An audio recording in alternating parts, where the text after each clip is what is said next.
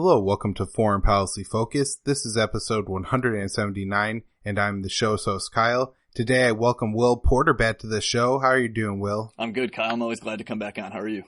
I'm doing well. A little nervous maybe, but I'm doing well. And the reason I have you on the show today is to discuss the big news right now in the world and, possible war, and that is the situation in Syria.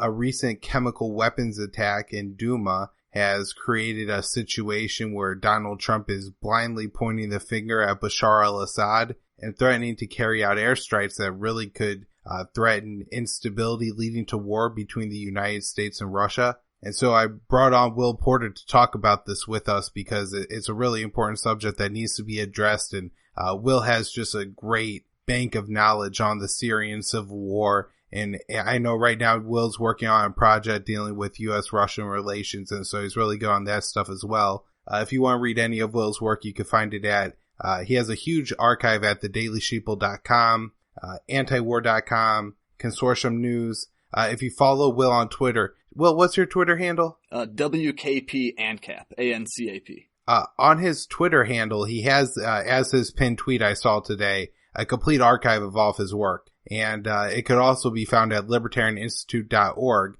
where you can also find this show. Me and Will, have both contributed on the blog over there. Our joint articles have been featured over there, and then the podcast is over there as well. You can also find the podcast at foreignpolicyfocus.libsyn.com. All right, Will, you ready to get into this mess? Yes, I am. All right. So what's going on here is that on April 7th, there was alleged chemical weapons attack in Douma, Syria. This is a suburb of Damascus, the last remaining neighborhood that was the rebel enclave in eastern Ghouta. This has been a months-long brutal fight for the Assad regime that at times saw the Assad and Russian governments killing 1,000 people, over the course of about 10 days, I believe. They were killing at about a rate of 100 people a day. And so this has been awful, brutal fighting.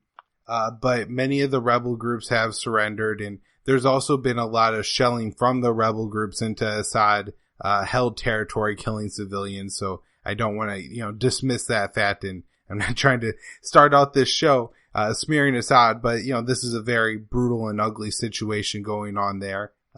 Douma, the rebel group there, is has a relationship, and they're Wahhabist. I believe the founder or the leader of that group has called for the death of all the Alawites in Syria. So, this is in no way a moderate Syrian rebel group. Prior to the April 7th attack, some evacuations of Syrian rebels and their fighters have begun, and their families have begun, and they were moving to the Idlib province of Syria. But those had halted, and then you had this chemical weapons strike on April 7th.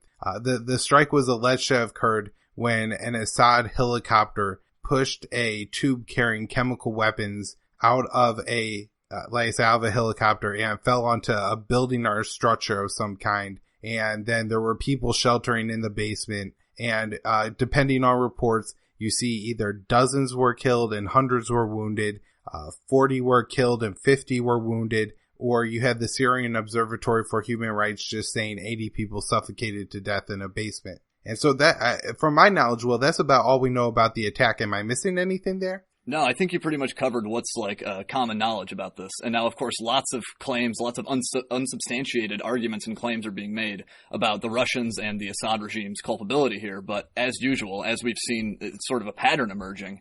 We don't get a lot of supporting evidence for that, just a lot of claims.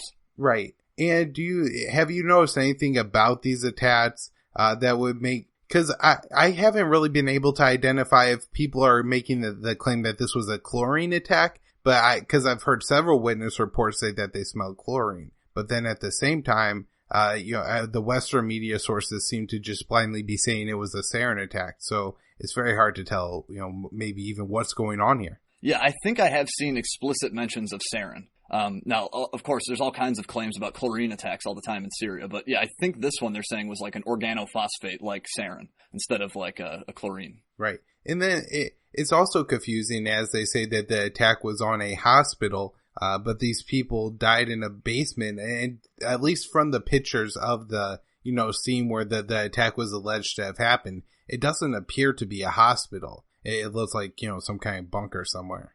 Yeah, I almost wonder if in that case, if they're conflating like conventional strikes in the hospital and then just like also talking about the chemical weapons thing as part of the same sort of offensive or what. But yeah, I've seen a sort of the same kind of inconsistency. The images we see don't appear to be a hospital. It looks like a residential setting. Right. And that was kind of what I had interpreted the initial reports to have said, was that there were 80 people killed in Duma on April 7th. 40 of those people suffocated to death, believed to be of chemical weapons, and then another 40 people were killed in separate Assad, not U.S. coalition, but Assad coalition strikes, either, Assad or Russia. So that seemed to be the case to me, in that those strikes may have been on the hospital. Right. All right. And I will link to a Moon of Alabama article that I think does the best job that I've seen so far summarizing what the evidence is and calling into question some of the video evidence with, some pictures that you can see out there. The next interesting note in this story is that on April 8th, pretty much immediately, you have Donald Trump coming out and sending some threatening tweets towards Assad and calling him an animal. I broke this down in the last episode of the podcast. I'm sure this will already be a long episode. So if you're interested in that, go back and check out 178. But here's where we get into news that I haven't talked about yet. And that was on the morning of April 9th. Israel carried out an airstrike in Syria against the Assad T4 airbase in the Homs province. Will, do you want to talk about what this airstrike was all about? Yeah, sure. I think there's sort of scant details. Like, we don't know exactly what the Israeli intention was. And of course, I don't think it's even been officially confirmed that it was Israel, but I think most people are saying that it was. And Israel, of course, has a policy in Syria to not acknowledge the strikes. They rarely acknowledge when they've, taken a strike. But this airbase, the T4 airbase, had been associated with Iranian drones. Of course, Iran is a Assad ally. Iran and allied, Iranian-backed militias have been supporting Assad since at least 2015. And so there had been issues with Israel and this airbase in the past. They had bombed this thing. But yeah, as I said, the details are still kind of scant for this. We don't really know exactly what what the intention was. We do know that this airbase is pretty far into central Syria. It's, they had to cross quite a bit of Syrian airspace to get to it. Right. Well, I mean, one of the things we do know is that the Israelis obviously knew about the Syrian chemical weapons attack, and they knew that Trump was contemplating an attack on Syria, and the direction that the attack came from was from over Lebanon and the Mediterranean Sea, a possible way that the United States could have carried out an attack on Assad. And so I guess Israel had at least be aware that I'm sure that, the Russians and the Assad government had to be on a little bit more alarm or alert that this was going to happen, or maybe that they were hoping that they could disguise themselves or, make the Russians question whether this was the United States. And so they didn't attack. I'm not sure, but the timing of this has to be at least, somewhat significant. Yeah, I definitely think the timing is, at least it plays into it somewhat, in one way or another. Like, as we've discussed off air, on one hand, it almost looks like it doesn't make sense for the Israelis to have conducted that strike, because we would have expected the Russians and the Syrians to be on high alert for such a thing. And I believe something like 5 out of 8 of the Israeli missiles were actually intercepted. And so, on one hand, it seems odd they would pick this time when everyone's on high alert, but at the same time, maybe they were trying to exploit the sort of tense situation and maybe provoke some movement on the issue, perhaps provoking a stronger American response or something of that sort. Right. In Syria, or Israel's policy in Syria, especially with their airstrikes, as you said, they don't acknowledge it. In a lot of ways, nobody noticed they're doing it until they had already carried out hundreds of airstrikes in Syria. It just kind of happened, and Assad complained, and Russia just kind of ignored it, and the United States was going to ignore it, and Lebanon wasn't going to care if Israel was using their airspace, and so it just kind of kept happening. In fact, the first one that really got publicized wasn't until the Iranian drone flew into Israel, and then Israel carried out a massive amount of airstrikes in Syria, and eventually, I believe it was the F-15 that was shot down. Yeah. But, Israel had to know that this attack was going to be high profile, right? I mean, everybody was watching. And so it's not like this attack was ever going to fly under the radar. The only other thing I would point out, and this is another thing that I think you pointed out to me off air, was that there was I think 4 Iranians died, and one was a colonel who was somehow involved with the drone program. Yes.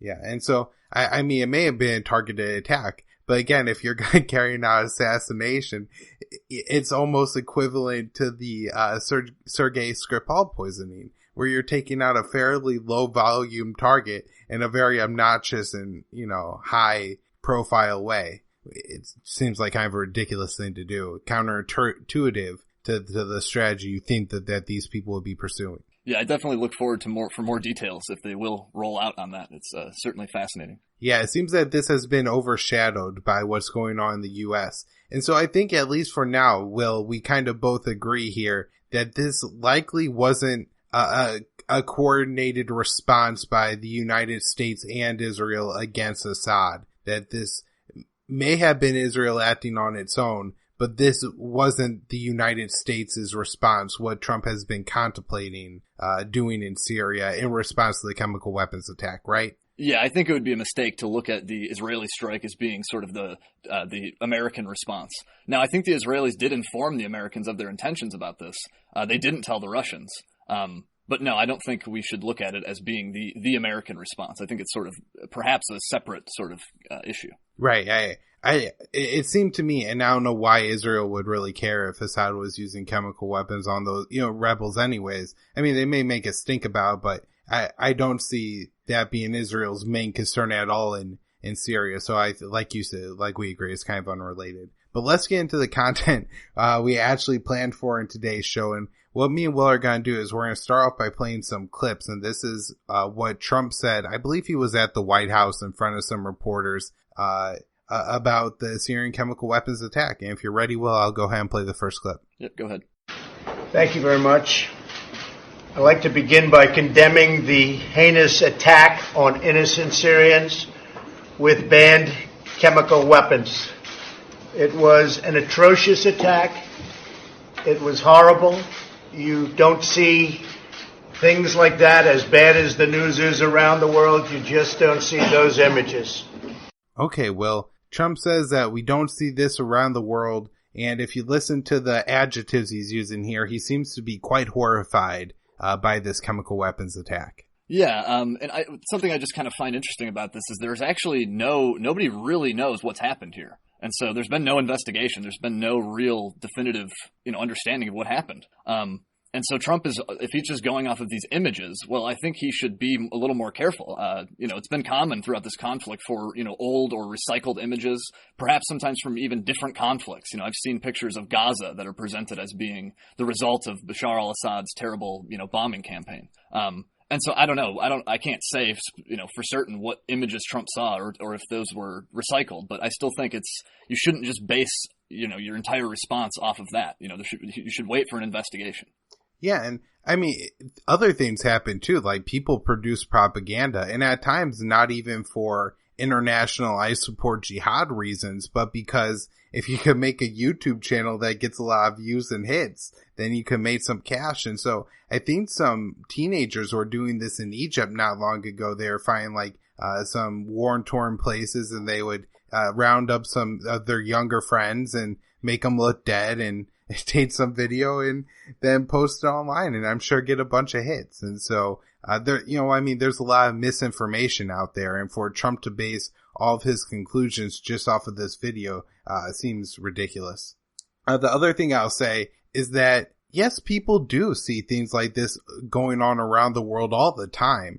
I mean, I don't know why it's so much more horrible for a bomb to blow somebody into pieces, or for, it to burn somebody alive, or, for somebody to starve to death necessarily than dying from a chemical weapons attack. Will, does it make any sense to you that he's so particularly horrified by this one type of death? No, this to me seems extremely selective. And I think this is often what's done by people who favor regime change or by hawks. They're very selective in how they describe casualties or the type of weapons. And so, yeah, as you said, is it more or less horrible or gruesome for somebody to be blown apart by a high explosive, or to suffocate on a chemical gas, or to die from white phosphorus, or to be poisoned by depleted uranium, or to starve to death? There's so many ways that war, harms and kills people. It's sort of odd for them just to fixate on, this one type of weapon. I mean, if we watched the liberation of the city of Mosul in Iraq, I mean, that was one of the most brutal bombing campaigns we've seen in, decades. And so I just think it's odd. It's not odd. It's indicative of how they are so selective about their outrage. Well, right. And remember, going back to the Mosul bombing campaign, there was a time when over 100 people died in a building when the United States bombed it with two 500-pound bombs because there were some ISIS fighters on the top floor. And so I don't know why it would be so much different if Assad bombed and killed 40 or 80 people in a basement trying to hit the Al-Qaeda fighters up on top of it than what the U.S. is doing, and why Trump is able to be so much more horrified and outraged at one and not even care about the other, or in fact at that time say, well, we had to do what we had to do to take out ISIS on the other. Right. I mean, imagine if Russian officials came out every time the Americans, killed 100 people in one strike, as you referred to in Mosul. Imagine if the Russians came out every single time and made a huge stink about it, maybe even demanded regime change in America or demanded all these investigations. I almost wish they would. I almost wish people would challenge the U.S. that way more in the, international arena. But we don't see that really happening quite nearly in the way that it happens when the United States is the one making the accusations. Right. The only other thing I want to point out is that this came up the last time around too, is that when Trump decided to carry out that strike on Assad, one of the things he pointed out was the dying children. And so I'm curious, I guess, maybe this is something that persuades Trump. I don't know. But I think it's worth noting that this, for the second time, is one of the first things he invokes. And this is the first part of his statement. And so maybe it's most important to him. Right. All right. I'll go ahead and play the next Trump clip here. We are studying that situation extremely closely. We are meeting with our military and everybody else, and we'll be making some major decisions over the next 24 to 48 hours.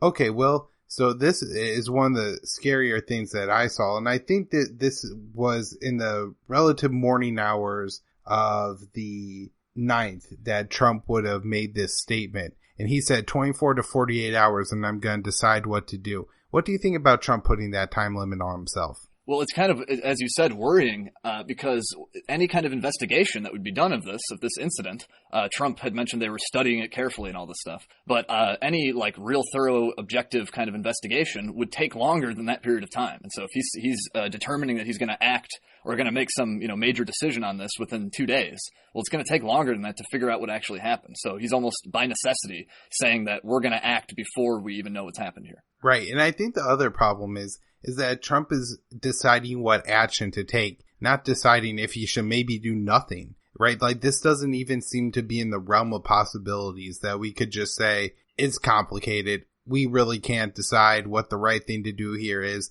Do we bomb Assad and help the jihadists, or do we bomb the jihadists and help Assad? It doesn't seem to be a good choice either way. And so we're just going to let it work itself out. And we'll deal with whoever wins if that person ever wins.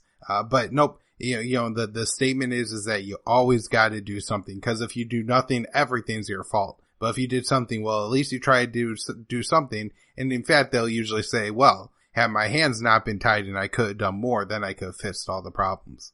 Right. They roll out this trope too of, nothing is off the table. They've been saying that. And I kind of hoped that perhaps in the way Trump was sort of formulating this, of making a decision within 48 hours, I hoped that there maybe was the possibility that they wouldn't do anything, that was perhaps in the cards. But yeah, I think you're right though, that it seems more likely they're going to decide to act as opposed to not act in one way or another. Right. I'll go ahead and move on to the next clip. We are very concerned when a thing like that can happen. This is about humanity. We're talking about humanity, and it can't be allowed to happen. So we'll be looking at that barbaric act and studying what's going on. I found this clip interesting. At times, Trump almost seems exasperated to me, and I don't know if he doesn't know what to say or what, but he's just invoking the humanity of the issue. And so I don't know, Will, I thought this part was interesting, though, that, it's not quite going back to the children, but just saying how awful this crime is. What do you think? Yeah, you're right. You do notice he sounds exasperated in his speech there, what he's saying. It sounds like either he's genuinely concerned about the humanity, but I also wonder if perhaps some people in his circle are sort of pressuring him and sort of they keep hitting him over the head with this child, the dead children and the humanity and all this stuff. And so he maybe feels hemmed in. But yeah, of course, it is ironic for like the sheriff of the world's imperial police force to talk about, humanity when we're murdering people on a daily basis all around the world and starving them and destroying their countries and whatnot. Syria is no exception. And so, forgive me if I'm a little incredulous toward his humanitarianism. Right. It would be easier to believe had he not just had a meeting with Mohammed bin Salman, who's committing genocide in Yemen. Yeah, exactly. Okay, well, I'm ready to move on to the next one unless you have anything else to add, Will. Nope, I'm down. Let's go. We're trying to get people in there. As you know, it's been surrounded, so it's very hard to get people in because not only has it been hit, it's been surrounded. And if they're innocent, why aren't they allowing people to go in and prove? Because as you know, they're claiming they didn't make the attack. So if it's Russia, if it's Syria, if it's Iran, if it's all of them together, we'll figure it out. And we'll know the answers quite soon. So we're looking at that very, very strongly and very seriously. If it's Russia, if it's Assad, if it's Iran, Will, what did you think? That I found that to be the most interesting part of this whole 2-minute little blurb he gave here. Yeah, it's interesting how he sort of wants to tie them all together. Of course, Iran and Russia are helping the Assad regime, but you can just tell how they want to really emphasize that fact and make them the responsible parties and hold them accountable for it. But I also thought another interesting part of this is he's talking about how the town is surrounded. And it's almost like he's totally just leaving out all the context of what's actually been happening there. Like there's been a war in this Duma area. It's not like it's just all civilians and then here's the military cordoning it off.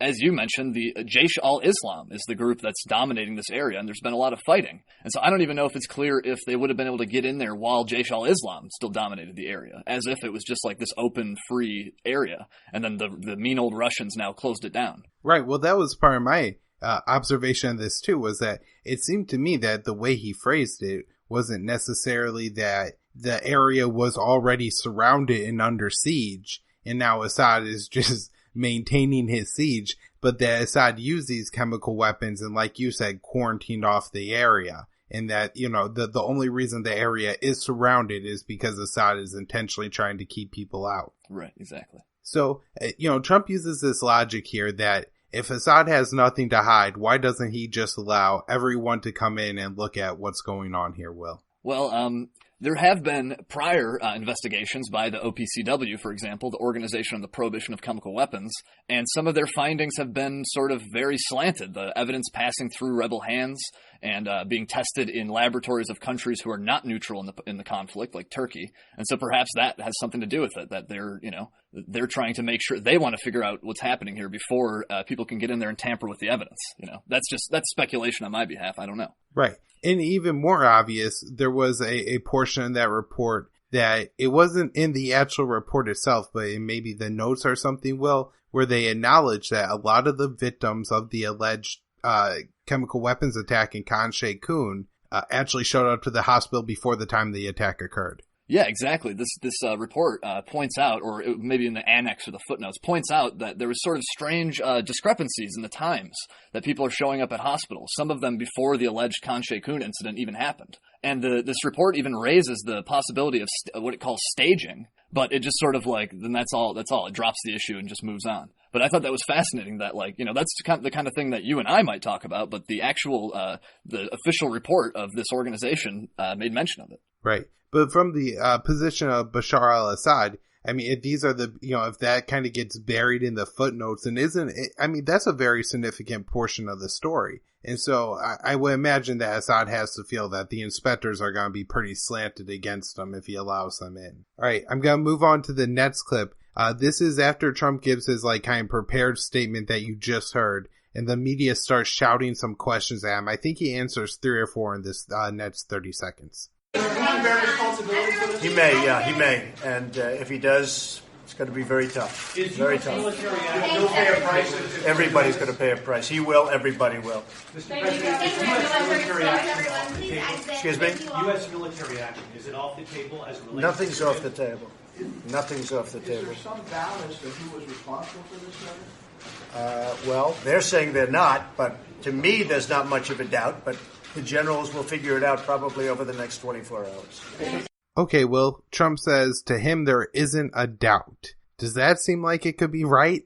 Well, no, as we've said, there's been no investigation, so no one really knows at all what's happened here. And I think it's funny that he says the generals are going to figure it out. No, the generals would formulate the military response. They're not figuring out who, if anybody, carried out a chemical weapons attack in Duma. That's not what the generals are doing. There has to be some kind of, impartial investigation by some other body, maybe like the OPCW. However, they, as we've shown. As we've discussed on the show in the past, too, that, they're not always super trustworthy. But the Russians have called for them to do an investigation. And so, yeah, it is odd that Trump is now saying there's not much of a doubt to him. Well, how could you possibly know this? Well, I'm just glad that John Bolton isn't a general. I'm just happy he said that. I'm not going to go talk to John Bolton about that. Now, I would imagine that Dan Coates and Mike Pompeo would be playing the biggest roles here as the Director of National Intelligence and the CIA Director, respectively. Wouldn't that be your guess, Will? That's who's got to be feeding him information on this? Yeah, certainly. That would appear to me as well. Now, Secretary of Defense James Mattis, Mad Dog Mattis, he seems to be, it's hard to tell where he stands on these issues, but he has come out in the past with skepticism toward, for example, the Khan Sheikhoun incident. I think just a couple months ago he came out and said, he's not aware of any real evidence to support that, like even despite the OPCW's investigation. And so Mattis might be less of a hawk on this issue. Right. So that actually, when you said that, that was one of the only optimistic things I was able to, well, I shouldn't even say optimistic, but one of the few things in this whole kind of little speech by Trump here that I found not completely discouraging because I thought, well, if there's somebody who might be at least a little sensible on this in the White House, it's probably Kelly and Mattis over any of the other coots there. Yeah, absolutely. And that's not trying to say anything praiseworthy towards Mattis or Kelly. I just want to clarify that. Other things to note here is that he says that there will be a price to pay for Putin, Will. What do you think about that? Well, of course, that's very alarming. A price to pay. What does this mean? Is he referring to perhaps some kind of other symbolic strike like the one on the Shayrat airfield last year? Or does he mean something more substantial? It seems like, if anything, Trump would be pressured to do something more substantial because people would argue, I think, his critics would argue that, the Shayrat airfield strike obviously hasn't deterred the Assad regime, and so you have to do something more. And so, yeah, the risk that this American retaliation would hit Russian soldiers and would draw Russia directly into this is very alarming. Well, I have to say that not Trump's critics would say that, but his U.S. ambassador to the UN, Nikki Haley, right. Said that in her speech that we're going to get into now. Do you have any final thoughts on Trump's statement here? No, I just certainly will extend the hope that he's patient and maybe does what Obama did and waits. But I don't know, Obama may have been surrounded by less kooky people. At times he was surrounded by Hillary Clinton. Right, this is all very relative here, the level of kookery. All right. Now we're going to get into the Nikki Haley speech. This is at the UN Security Council again on April 9th. We're not soldiers, people who are not armed, people who are the very definition of innocent and non-threatening. Women and children hiding in basements from a renewed assault by Bashar al-Assad. Families that were hiding underground to escape Assad's conventional bombs and artillery. But the basements that Syrian families thought would shelter them from conventional bombs were the worst place to be when chemical weapons fell from the sky. And Saturday evening, the basements of Duma became their tombs. It's impossible to know for certain how many have died because of access to Duma is cut off by Assad's forces. But dozens are dead that we know of, and hundreds are wounded. Okay, well, that's Nikki Haley's opening statement here. Pretty doom and gloom. She seems to really care about the poor innocent children who died in Duma. Will, do you think that's honestly the case here? Well, I think we just have to sort of show me the evidence is sort of my position. Now, there's been videos that have been circulating a lot that I think maybe Haley might even be referring to with the bodies in the house, bodies in a basement in a house. But these videos I've seen, I don't know what that actually is. I don't know what I'm actually looking at. There's two different clips in the same house. And it looks like bodies had been added there, like babies had been thrown there. And so it's not at all clear what I'm even looking at. Is this just a house that Jaish al-Islam has been dumping corpses into? Or, it's very misleading. You can't just present an out of context video or photo and expect that to be sort of strong evidence. And it sounds to me that that's what Nikki Haley is mostly referring to. And again, let's not forget that Jaish al-Islam, that's the army of Islam. They're not a moderate rebel group at all. They're a Salafist jihadi organization. And often the times rebel groups that do control territories other than Jaish al-Islam, they often don't let media out in or out of their of their area unless it's favorable to them. And so who knows what kind of videos they're staging or where these videos even come from. It's hard to even formulate a real strong definitive opinion when it's so unclear of what's actually going on here. Right. It's also amazing the way she portrays the victims of these crimes, because the people that died are absolutely victims. But had these people died in a U.S. airstrike in Raqqa or Deir ez-Zor or any Kobani in Syria, then they would have been unfortunate collateral damage. And in fact, any male who died in that attack would likely be labeled a militant. And so rather than saying that, 40 people died or dozens of civilians died, the United States would have portrayed it as 30 militants died and 10 women and children or something like that, and really undercounted the numbers and skewed the way that this is viewed. But, when it's Assad, that Haley just goes all out trying to, in any way she can, propagandize this. And we'll really see this throughout the speech. Yeah, it's funny. A lot of the media clips you see of rebel-held areas, if you see any, you rarely ever see anyone carrying a weapon. It's like as if they're all just civilians. It's all doctors and lawyers, not a bunch of, jihadi guys carrying around rifles and rocket launchers. Right. All right, I'm move on to the next clip, Will? Yeah. No.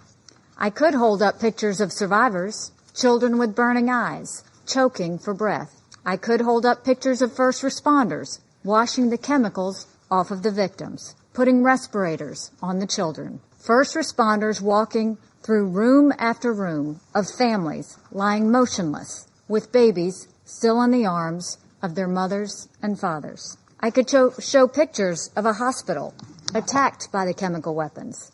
I could show pictures of hospitals struck by barrel bombs following the chemical attack. Ambulances and rescue vehicles have been repeatedly attacked, maximizing the number of dead civilians. Civil defense centers have been attacked in order to paralyze the medical response, to increase the suffering of the survivors. Who does this? Only a monster does this. Only a monster targets civilians and then ensures that there are no ambulances to transfer the wounded, no hospitals to save their lives, no doctors or medicine to ease their pain. I could hold up pictures of all of this killing and suffering for the council to see. But what would be the point? The monster who is responsible for these attacks has no conscience, not even to be shocked by pictures of dead children. Well, when I was listening to this, I actually yelled, "Hold up a mirror," and then some other expletives after. But what do you think here? Do you believe Nikki Haley's crocodile tears here? Do you believe that she really, really cares that much about the children? Not even for a second. She asks, who does this? Who does this kind of thing of preventing first responders?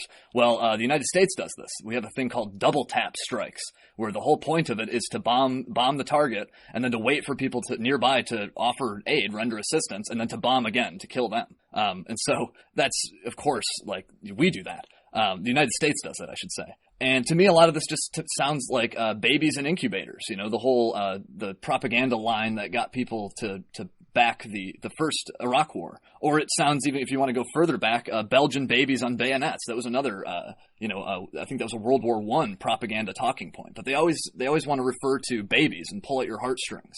And of course, again, Haley refers to the images.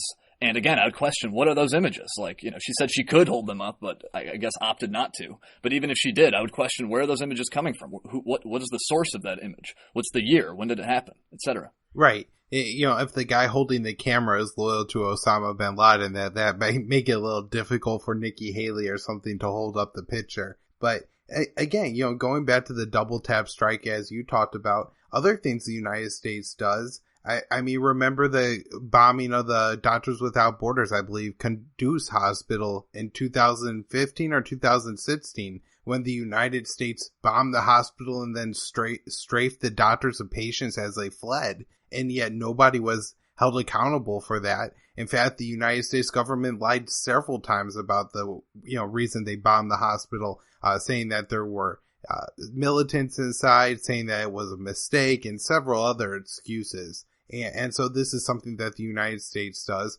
Also, we've seen, hospitals, and sometimes hospitals in these areas are like field hospitals, and they're no more than a basement where they have a sterile room somewhere. But, these places get bombed by the United States too. And I've seen videos of Saudi Arabia bombing hospitals and ambulances in Yemen. This happens all the time, and yet the United States support that. Hell, we may have even refueled the Saudi plane that was made by the Americans and sold to them by an American company, probably Lockheed Martin. And then we also sold them the bombs that used to blow it up. So, I don't see how she can't. It baffles me, I guess, that she doesn't realize, I don't know if I want to say irony of what she's saying or the hypocrisy of it, that this is all the things that she does and endorses on a regular basis. And yet, as soon as another country does it, then she uses it as an excuse to take more military action. It's not like her only demand here, or Nikki Haley's only goal of making this speech, is to get Assad to, give, bottles to babies instead of bombs. Her goal here is to get rid of Bashar al-Assad in Syria. Yeah, and just one point I would tag on at the end of that is that in a lot of these cases where these rebels control towns and cities in Syria, their behavior in the hospitals is pretty atrocious. It's pretty horrible. They conscript doctors and force them to keep working. They divert all the resources from civilian, medical emergencies into the war, into treating soldiers and stuff. And so I'm not saying that, go ahead and bomb the hospitals then as freely as you want, but it's sort of a military operation, some of these hospitals. Right, and this is a complaint that Assad has made several times. He says that every time I send in medical aid, none of it goes to the civilians anyways. It just goes to the fighters. Yeah, there was that fast... I'm sorry, go ahead. I was just going to say, I'm sure that's something also that, you could look at in the shallow terms and say, well, if it's going to the fighters, that's a bad thing. But, maybe some of it goes to the civilians and that's a good thing. But also this may be something that the fighters are able to use to enlist more people into their ranks. Right? If they have control of all the medical resources, then what will you do to get your little sister her medicine? You know what I mean? Right. That's the position that this puts people in Duma. And so it's a lot more complicated than the Nikki Haley and the rest of them make it seem. Right. All right, what were you going to add, Will? Oh, I was just going to say there was that fascinating video of that journalist interviewing rebels fleeing. They made a reconciliation deal and they're leaving on the buses and they're having a conversation. And the journalist is asking them, wasn't there food stockpiled? Didn't your rebel commander stockpile all this food? But you didn't see a bit of it, did you? And the guy just couldn't do anything but shake his head in agreement. Yep, that does happen. The rebel leadership, stockpiles all of this medical aid and food and stuff, but doesn't distribute it to the people and to the civilians. They hold it for themselves. Or they sell it. Right. Just like leaders everywhere. Yeah, exactly. All right. I'm going to move on to the next Nikki Haley clip. The Russian regime, whose hands are all covered in the blood of Syrian children, cannot be ashamed by pictures of its victims. We've tried that before. We must not overlook Russia and Iran's roles in enabling the Assad regime's murderous destruction. Russia and Iran have military advisors at Assad's airfields and operation centers. Russian officials are on the ground helping direct the regime's Starve and Surrender campaign, and Iranian allied forces do much of the dirty work. When the Syrian military pummels civilians, they rely on the military hardware given by Russia. Russia could stop this senseless slaughter if it wanted, but it stands with the Assad regime and supports without any hesitation. What's the point of trying to shame such people? After all, no civilized government would have anything to do with Assad's murderous regime. Pictures of dead children mean little to governments like Russia, who expend their own resources to prop up Assad. And this council, which saw these pictures last year, has failed to act because Russia has stood in its way every single time. Okay, Will, I titled this clip Condemning Russia, and that's pretty much what Haley sets out to do here. What do you think? Is this a fair criticism of Russia?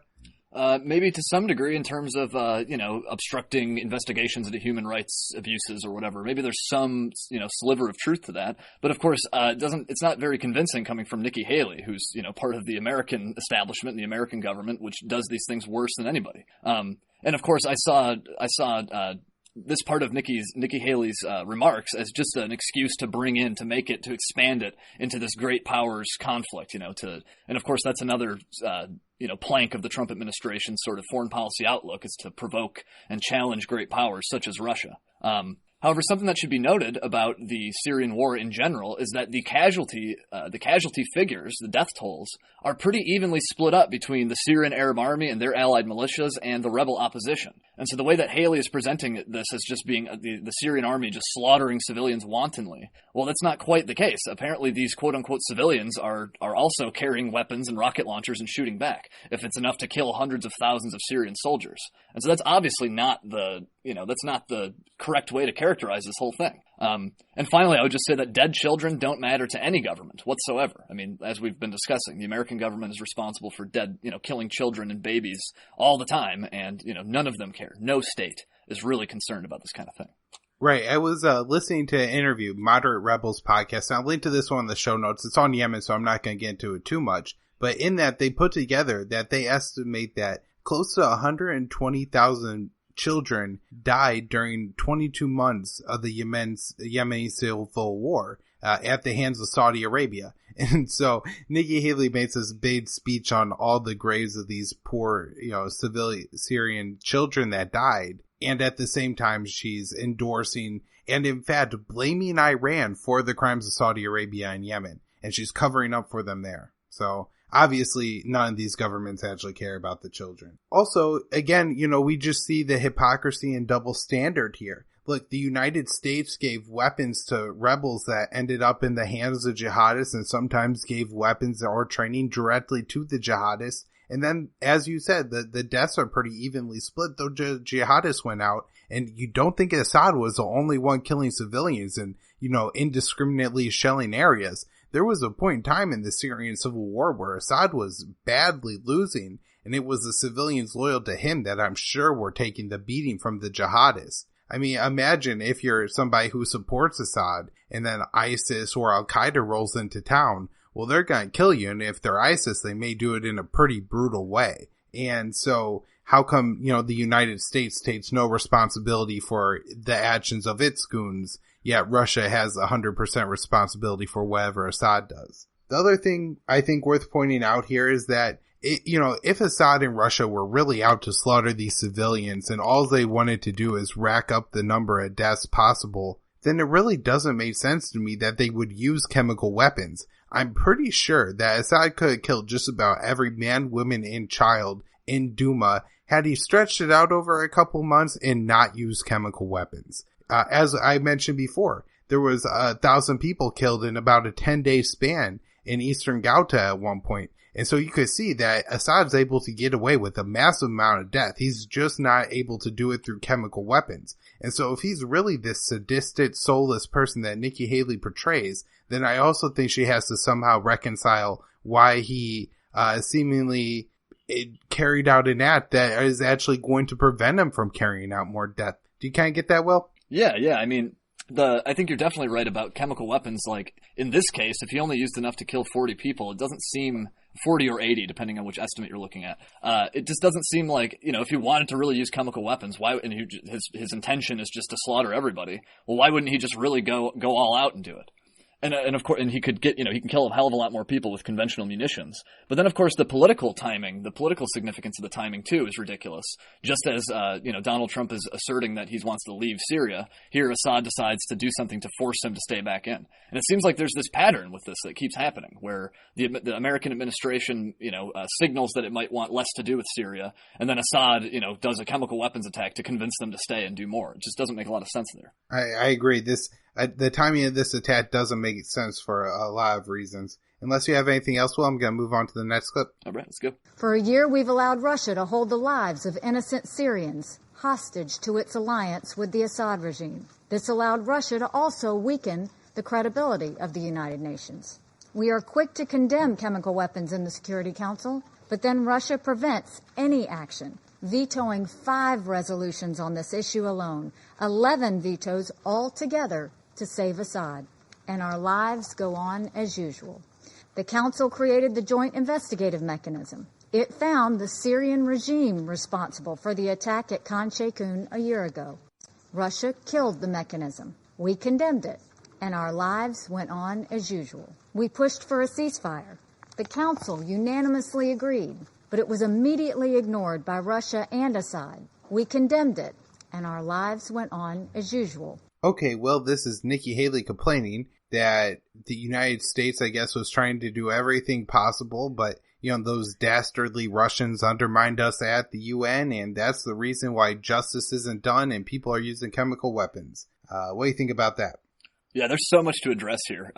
It's in all these clips, it's like the context of this entire conflict is just completely left out. And so she talks about how Russia, we've stood by while Russia does this and done nothing. Okay, but why is Russia involved in this conflict in the first place? They didn't get involved directly until 2015, after years of American and allied training and backing with hundreds of millions of dollars into this, jihadi-dominated opposition. And so Russia and Iran entering this in the first place is only because these jihadist wackos were, backed by the West and the Gulf monarchies in the first place. And so, that context should never be left out. You should always remember why Russia is even here in the first place. The second thing I would address about that is she refers to the Joint Investigative Mechanism report on the Khan Sheikhoun incident last April. Of course, this is an extremely flawed report. Some of that evidence had passed through rebel hands. And so that's obviously suspicious. You can't have an interested party with the evidence. Obviously, they could tamper with it. And then this evidence was eventually tested in a Turkish lab in a country that's not at all neutral in the conflict. Turkey has had an interest in the Syrian war for a long time. Not to mention, there's the private or independent assessments from people like Theodore Postal, Gareth Porter, Seymour Hersh, and Scott Ritter.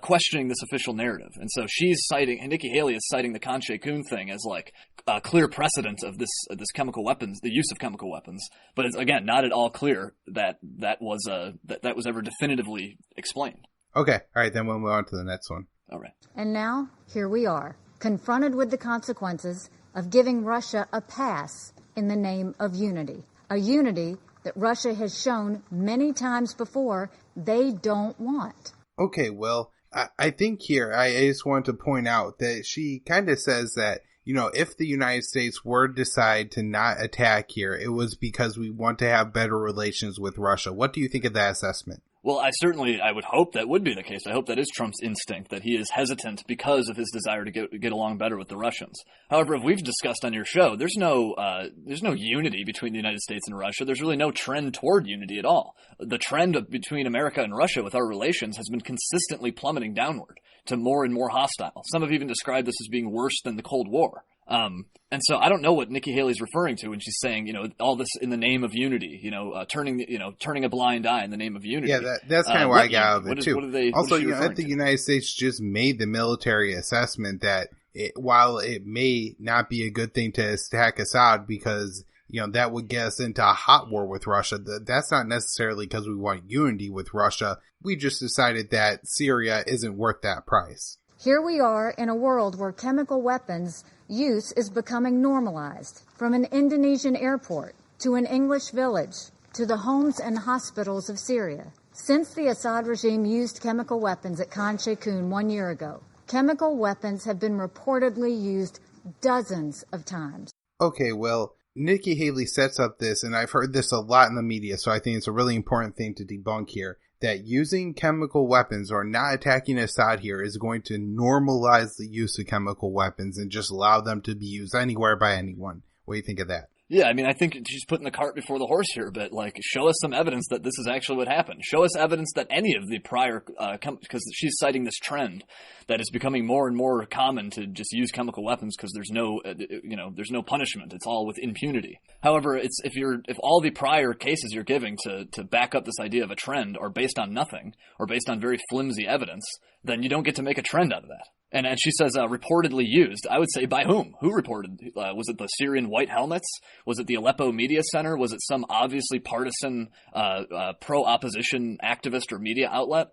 In Western press, constantly you see Syrians being cited as a Syrian activist or a Syrian media activist or something. But I mean, that's mainly who they're using for sources here, is very partisan, biased people. Right, and I think just the whole logic that if as the United States doesn't attack Assad, even if Assad did use chemical weapons here, not attacking Assad doesn't endorse this. I mean, if you go back to what was 88, or I believe when Saddam Hussein gassed the Kurds, the United States didn't attack Assad over that or Saddam over that particular event. They later attacked Saddam, but for not for that reason. And, they bat Saddam in the Iraq-Iran war when Saddam was gassing the Iranians. And so why doesn't that standard apply now? Also, if you look at something like Saudi Arabia bombing a funeral in Yemen and killing a couple hundred people, there was no international outcry that suddenly funeral bombing is going to be allowed.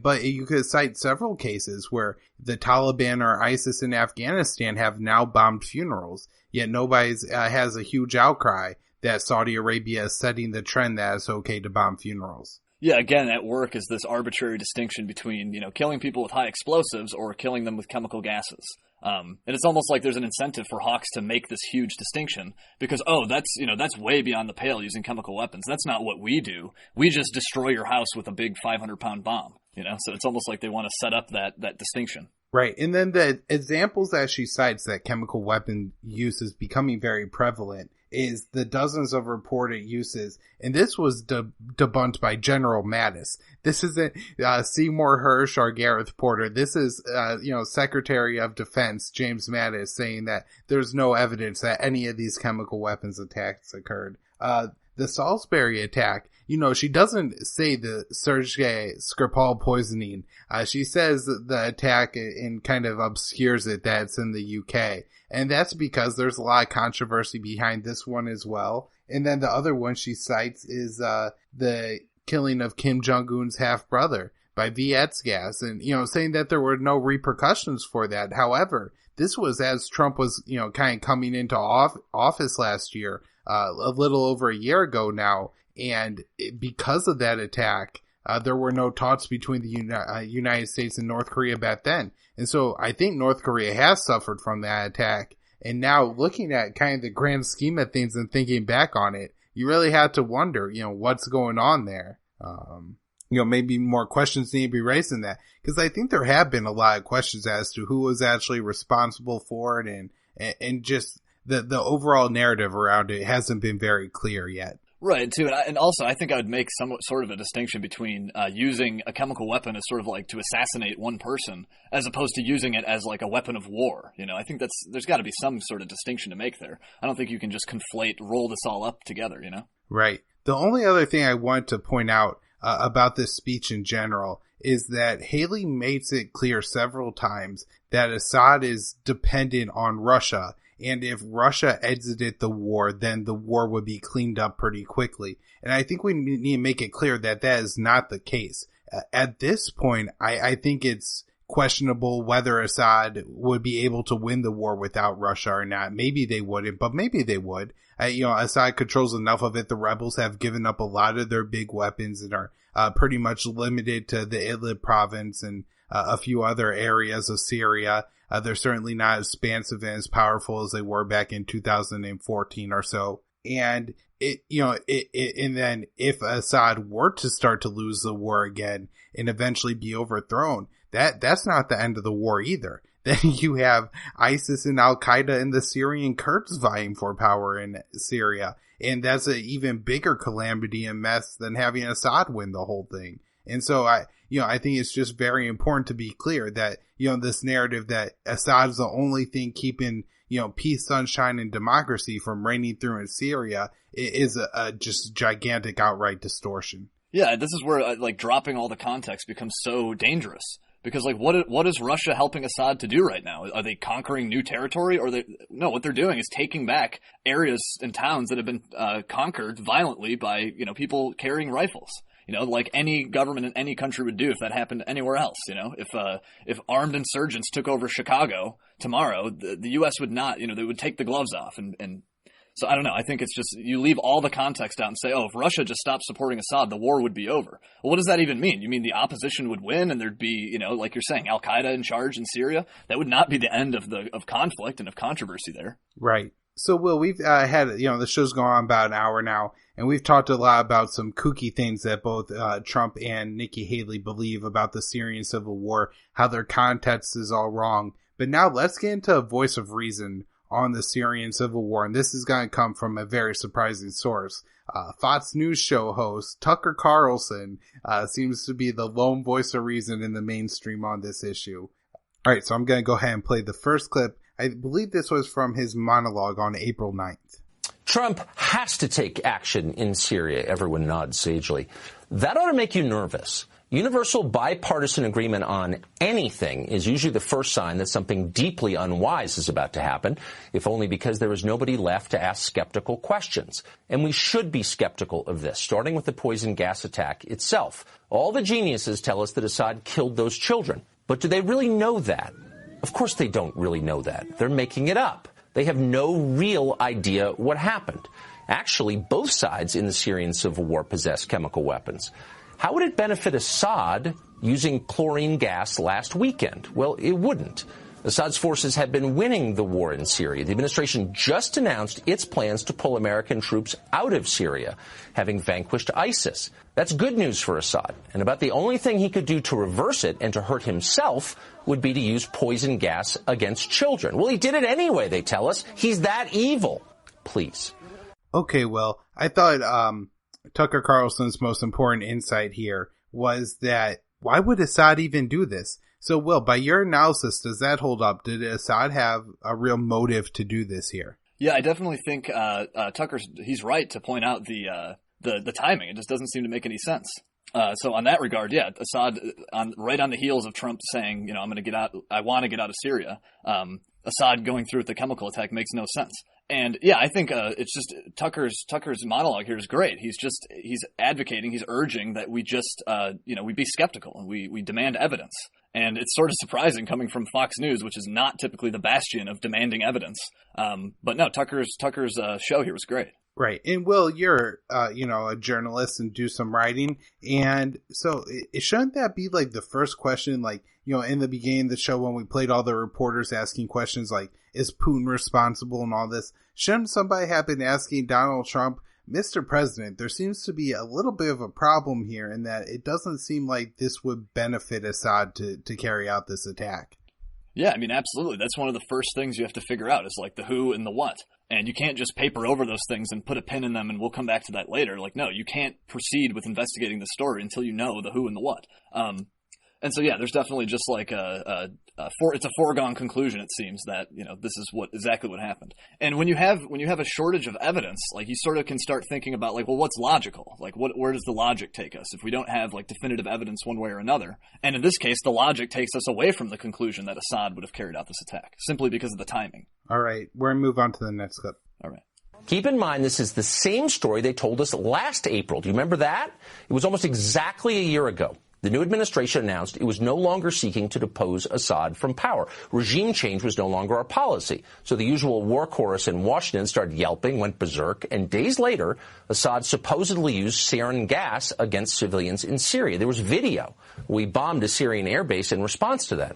At the time, this show asked what seemed like the obvious question, are we really sure that Assad did that? It seems weirdly timed and counterproductive to him. Shut up, they explained. Of course we're sure. What an unpatriotic question. But of course they were lying. 2 months ago, the Secretary of Defense admitted that actually we still have no proof that Assad used sarin gas last year. The story, it turns out, was propaganda. It was designed to manipulate Americans, just like so much of what they say.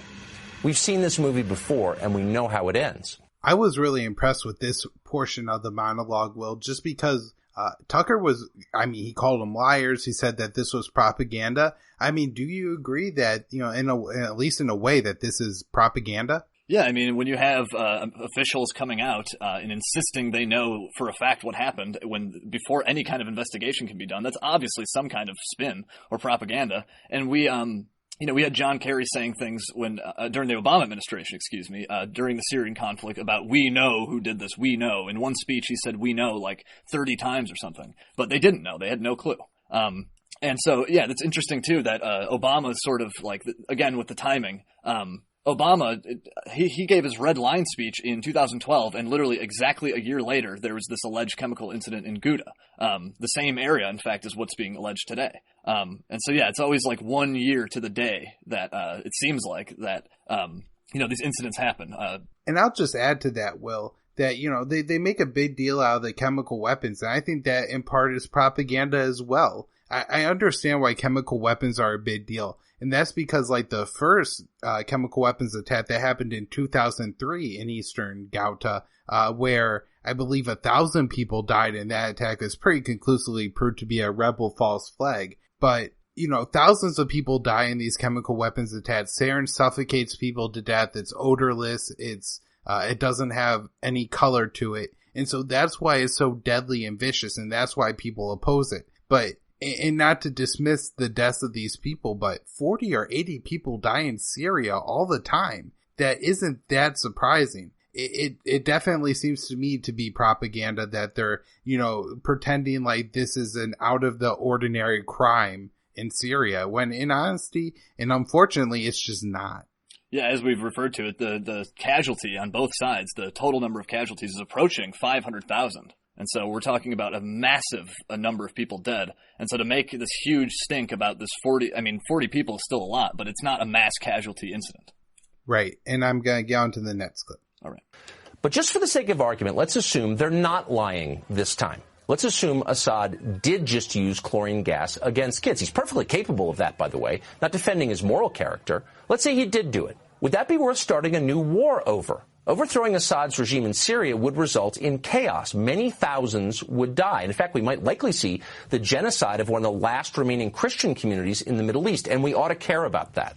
Some of the dead, of course, would be American servicemen. A new war would cost us tens of billions of dollars, maybe hundreds of billions. Would it make America safer? Would it make the region more stable? Let's see. How exactly did regime change work in Iraq and Libya? Doesn't matter, say our moral leaders on CNN and everywhere else. Atrocities like this cannot be tolerated. Okay, well, I think this is a pretty powerful part again, saying that let's just assume that Assad did do it. If Assad did this, Will, don't you think that there should still be some questions raised whether or not we should actually go to war with Assad? And do you kind of agree with Tucker Carlson's outlook here that war with Assad would be absolutely disastrous for Syria and the United States? Yeah, just for the sake of argument, let's assume Assad did use chemical weapons on his own civilians and killed 40 of them. I guess you could even assume that the other allegations are true as well. Like, is this America's business? Is it worth getting involved in? So assuming that Assad did it, fine. The morality of the situation is that, yeah, he's an evil, killer, an evil human rights abuser. But the conclusion that we draw from that is not necessarily that we have to go in and stop them. As Tucker Carlson mentioned, our attempts at getting out what we called human rights abusing regimes in the past did not lead to a democracy flourishing in that country. We've created failed states wherever we try to do these regime changes, even if we are, morally justified. And of course, it's not morally justified in the cases of Gaddafi and Saddam Hussein. These are based on lies. The WMDs in Saddam's case and the allegation that Gaddafi was preparing to have his soldiers mass rape and kill people in Benghazi. These were based on lies. And so yeah, it's even making the argument harder for myself that, like, okay, let's just assume that Assad did do this. No, it's still not the conclusion that we ought to go and overthrow him. I completely agree with that, and would just add that if you look at, what would be the outcome from the people of Syria, even then it's not obvious to me that it would be better for the United States to go in. As you say, and as Tucker says, look at Libya and Iraq. And those states obviously ended up in much worse scenarios. But even if the United States wasn't to go as far as actually overthrowing Assad, but just carrying out an attack on Syria, as we've seen, and even the last attack with the Tomahawk missiles, I think more civilians died than soldiers died. And so the United States foreign policy just ends up bombing civilians all the time. And so even if we go with something limited, I wouldn't be surprised if more civilians end up dead than actual military personnel, and they don't bear the brunt of the United States' blind aggression against Assad. Yeah, it's one of the follies of a humanitarian intervention. You're always killing civilians for their own sake. But I think this is a beautiful time where Tucker Carlson's really stepping out of that 3x5 index card of allowable opinion that, Tom Woods talks about. Yeah. Because the allowable opinion is that if Assad carried out the chemical weapons attack, then the United States needs to do something about it. And Tucker's straight up saying that, hey, let's completely go off that script. Let's say that Assad did do it. That doesn't mean that the only allowable opinion then is that America must act and do something. And, I hope this is, people watching, hopefully all these right-wing people watching are saying, oh yeah, we really don't have to do that every single time. Yeah, I certainly hope Tucker is sort of making it okay in people's minds to like resist the moral, being moralized to, like what Nikki Haley's trying to do by talking about dead children and pictures of dead children. I think it's very heroic and sort of brave of Tucker, being such a high profile guy, to stand out and do that. And I'm not typically a huge fan of his either, so. Yeah, I agree. Like I said in the beginning, I didn't think Tucker Carlson would be the voice of reason on this, but we have a few more clips of him being absolutely the voice of reason. Here's the next one. But let's be real. We do tolerate atrocities like this all the time. For example, there's a devastating famine killing children in Yemen right now. The Saudis are causing that famine. Should we drop tomahawks on Riyadh in response? Not until it's on YouTube, apparently. When you conduct foreign policy by viral video, pictures are essential. Well, I don't think I have anything to actually add to this other than it's probably the most beautiful argument that I think Tucker Carlson has ever made. I mean, it's absolutely disgusting what's going on, but the way that he puts this together and really makes the comparison that, hey, if this is the standard, then we have to drop bombs on Riyadh. Right, like you and I, it seems like, could have written the script. Other than maybe the foreign policy by viral video. That's a great line, I thought. So I hope I hope people keep using that one for Trump, because it appears to be that that's what's happening. Trump sees a video or a picture and he flies off the handle and makes decisions on that basis.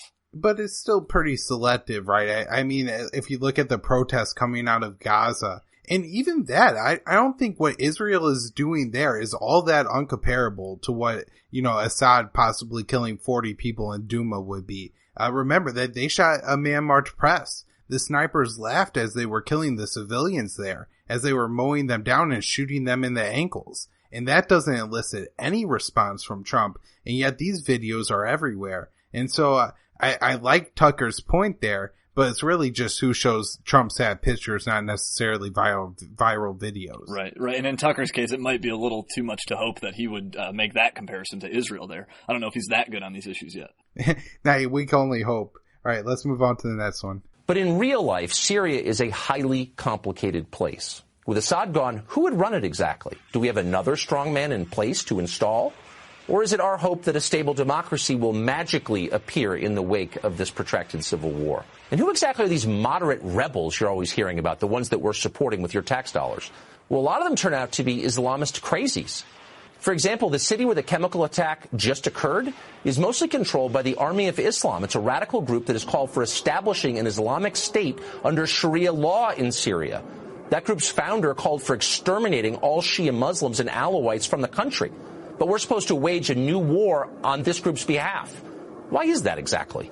Well, again, something that we could have written in very similar points that we've made throughout this show, but, worth playing and worth putting together. And everybody, if your family is on the right or your friends are on the right, this is a Fox News host. This isn't, Kyle Anslone and Will Porter, two anti-war guys, writing on libertarianinstitute.org. This is Fox News. Yeah, I think Tucker is doing a lot. Will, do you think this is probably a very good way, I guess, to reach out to those on the right? Especially with the Republican administration. Because it's sort of coming out, it's becoming clear that a lot of these hawks are not necessarily, nationalists or right-wingers. A lot of these hawks are, what the Jones crowd would call globalists. And a lot of them are on the left. They're sort of, humanitarian regime changers. And Tucker's absolutely right to point out the fact that there are no moderate rebels, between Jaish al-Islam and Hayat Tahrir al-Sham and Harakat Nuruddin al-Zinki, all these head-chopping brigades. These are no alternative to Bashar al-Assad. And so it's great. You rarely ever hear this point being made on some outlet like Fox News. All right, I'm going to move on to the last clip we have for today's show. Back in 2013, when the Syrian Civil War was still in its early days, one onlooker weighed in on Twitter. Here's part of what he wrote. Quote, "We should stay the hell out of Syria. The rebels are just as bad as the current regime. What will we get for our lives and billions of dollars? Zero." In another tweet, he said this, quote, "Let the Arab League take care of Syria. Why are these rich Arab countries not paying us for the tremendous cost of such an attack?" And in yet another tweet, he said this, "What will we get for bombing Syria beside more debt and a possible long-term conflict?" Of course, you know who wrote that. It was Donald Trump. And he was right. And that's one of the reasons he got elected president. And now the same people who brought you a dying American middle class, undefended American borders, and endless pointless wars in countries you could not find on a map are telling the president he's got to depose Assad for reasons that are both unclear and demonstrably dishonest. And by the way, it may happen.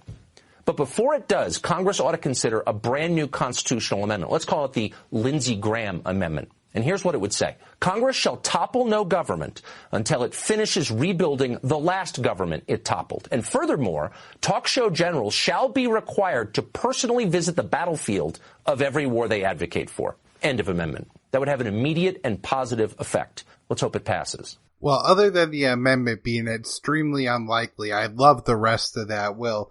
Do you have any, maybe final thoughts here on the whole Tucker monologue and, just what did you think of this overall? I mean, again, this is, a very important voice in right-wing media. Yeah, well, in terms of this last clip, when he's quoting Trump, the old Donald Trump, it's like, wow, that guy should run for president. He sounds great. But of course, we see how quickly it changes. But no, I absolutely agree. I think Tucker, even the last few months, it's not even just with the Syria thing. He's had Glenn Greenwald and I think Max Blumenthal on. He's been arguing with people like Max Boot and John Bolton and like really giving them like a good spanking on air in front of people and embarrassing them sort of. Because rarely ever will anybody ever actually challenge these guys, and rarely will they come on like a very hostile show. So it's nice with Tucker because they go on. It's a Fox News show, but then he kind of comes out of left field with some good questions or good criticisms. And so certainly I think this could be used to appeal to our sort of right-wing comrades.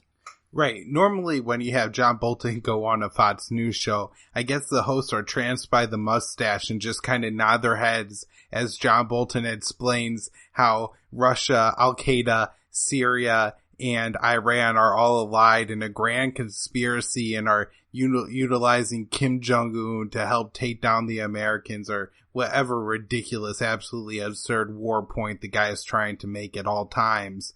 And Tucker's, calling them out and saying that, hey, this isn't true. One thing I think about Tucker Carlson, and one of the reasons I think he may be good on this, is that he was wrong on the Iraq war, and he believed what John Bolton and Matt Boot told him. And I guess, the Men in Black memory erase ray didn't work on Tucker Carlson like it works on the rest of the media. And he remembers being wrong, and he remembers the people that lied to him. And now he isn't so kind to those people. And I think that's a really great thing. This is what Dave Smith is always talking about, that these people get away with lying us into a war.